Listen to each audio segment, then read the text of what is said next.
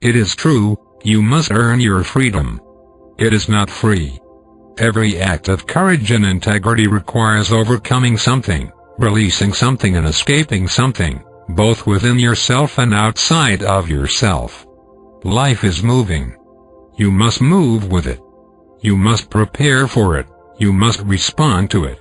You must feel it and experience it, and you must take action. The recommendations for living in a great waves world provides a set of questions and directives that apply to nearly everyone.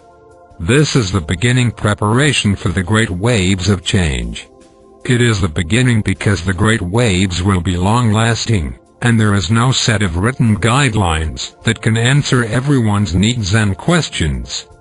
Beyond fulfilling the recommendations and using them fully, one must rely upon knowledge and the wisdom one possesses and the wisdom of others to make wise decisions. Because everyone's life is different, their circumstances, their obligations, their relationships and the state of their own mental and physical health, their pathways are all different. That is why one prescription will not work for everyone. It is to bring you to the great guidance of knowledge ultimately that will give you the strength and the wisdom you need to proceed.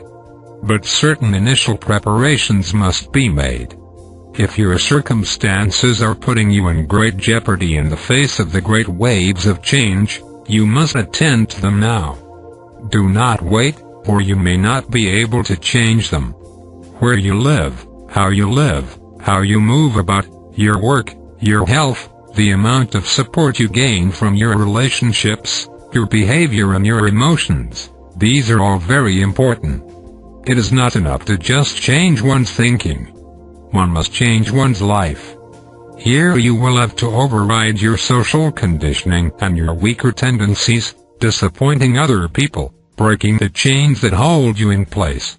The power to do this comes from your determination not to be a slave to other forces, not to be bound and hindered by things that are not true and genuine. You build the strength to do this by doing this. This is what will carry you forward. The new message will provide the tools, but you must use them and learn to use them wisely, building the 4 pillars of your life to counteract eccentricity in areas of your life where you are in denial. Building a solid foundation. Building a strong relationship with yourself, with other people, with where you live, with what you do, with how you think. Discovering your strengths and your weaknesses, fortifying the former and managing the latter. There is no other way if you are to become strong and self-determined in the face of the great waves of change. There is no safety and security now to hide behind or to relinquish your strength to. For what security will there be in pretending that there is not a great challenge, holding on to what little you have, attaching yourself to whatever gives you a temporary sense of security and well-being? What security will there be? What will not be challenged? What will not be vulnerable to the great waves of change? Many people will go down with the ship because they do not want to leave the ship, while others have escaped, waiting to be rescued. This is the sad truth about human existence because humanity as a whole has not really become strong and united sufficiently. But individuals have and always have, and now many more must gain this strength and stability and this focus. Life is giving you signs. It is telling you what is coming. Knowledge within you is giving you signs, urging you to respond. People use confusion as a place to hide, to mask the things that they are recognizing and to avoid being with these things and taking action. It is like a smoke screen so that people will not have to see, know and act and take the risks and face the challenge. It is a group addiction. It is a mass avoidance. The masses of people are living at a very low level of integrity. You cannot allow this for yourself. You must choose otherwise, and if this means you have to leave your friends or break away from your family, this is what it will require. This is what has been required of all the great saints and messengers and all the people who have gone on to do important and great things. In nearly all cases, they had to break away from their former allegiances to have the freedom, the strength and the opportunity to assume a greater life and a greater service. Think not that your life is not important enough to do this. Pay attention to what you tell yourself in this regard. For there are many voices within you, but only one is true. There is the voice of your culture. There is the voice of your family and parents. There is the voice of your friends. There is the voice of your religious tradition, if you have a religious tradition. There is the voice of your teachers and other influential people in your life. Then there is the voice of knowledge, which speaks through your feelings, through your ideas and through your physical sensations. Ultimately, only one of these voices is true. Knowledge may be reflected in the wisdom of your parents, the wisdom of your friends, the wisdom of your teachers, even the wisdom of your culture, but this wisdom is rare and exceptional. Take time now to be with this. Stop your endless running around and take time to be with this greater community message and to be with the reality of the great waves of change. Take retreat. Do not discuss it yet with your friends. You must consider it first within yourself. You must establish your own relationship with it first. Do not bring it into idle conversation. Do not seek the opinions of others until you yourself know the truth for yourself. This is discretion, and it is important. People give away their certainty through idle conversation with others. This is a calling to you, for you, not for them. They have their own calling. This is your calling. How will you respond to it? Observe yourself. See what your mind tells you. Listen to the different voices within you. Do you use reason or emotion or the consensus of others or authority figures to dissuade you from being with something that you see? What are the ways that you undermine your certainty and invalidate your own experience? Do you use reason or faith or assumptions or other people's authority or convention or history? What do you use to betray yourself and your experience? You must know this. You must know both your strengths and your weaknesses. You must know your tendencies regarding seeing, knowing and acting. You will need to moderate your behavior and your thinking. This can be done. You have the power. You are not simply a slave to your feelings or to your social conditioning. You have the power. But to know this power, you must use it, and you must act upon it.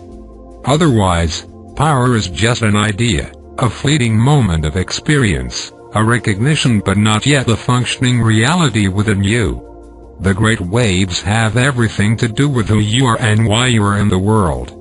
But how will you know this unless you become engaged, unless you take action, unless you commit yourself to taking this action? Relationship is realized through recognition, through resonance and through taking action. This is true with your relationship with a person, with a place or with a great set of events. You cannot sit on the sidelines and understand. You will never see the truth there. You must enter the fray because this is your life. This is why you have come. This has everything to do with your circumstances, with your well-being, with your freedom, with the value and quality of your life, and with the value and quality of your most precious relationships. This is why God has given you knowledge, to guide you, to protect you and to lead you into a greater life. This is why knowledge holds the key to whether you will respond to the great waves and to the wisdom, the meaning and the value of your response. You must be willing to do things that other people are not doing. You must be willing to see things that other people are not seeing, to know things that other people are not knowing, and to take action that other people are not taking, because in truth you may be the only person you know or one of very few you know who is doing anything to respond and to prepare. This is how knowledge becomes strong in you. Human beings are not herds of cattle or herds of sheep, though they can behave like this in so many ways. Yet this is not their reality. To gain the strength to respond differently, you must adopt this strength and you must act upon it. There is no other way for you to know its truth and its value for you. Life now is giving you the perfect motivation to do this. You are no longer living under quiescent circumstances when nothing is demanding anything of you. To the contrary, you are living under ever more demanding circumstances, and life is demanding many things from you. What is the most important thing that life is demanding? To answer this question, look not only within yourself, but also beyond yourself to see what is brewing on the horizon. Events will happen whether you are ready or not. You cannot wish them away. They will happen no matter what your state of mind or state of consciousness. The great waves of change are coming. They are building. They are emerging on the horizon. They are already affecting millions of people around the world. What will you do now? What will you follow? What voice within yourself will you follow? What wisdom beyond yourself will you heed? How much courage will you muster?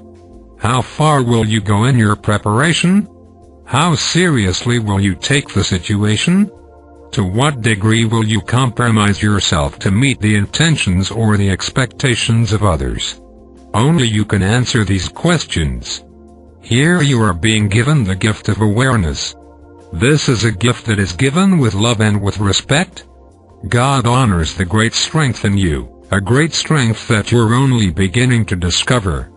God honors your greater purpose for being in the world, a greater purpose that you're only beginning to discern and to discover. God is giving you the great advantage of forewarning, a forewarning that will be up to you to discern and to either accept or reject. This is God's gift to you. And it must be your gift to yourself.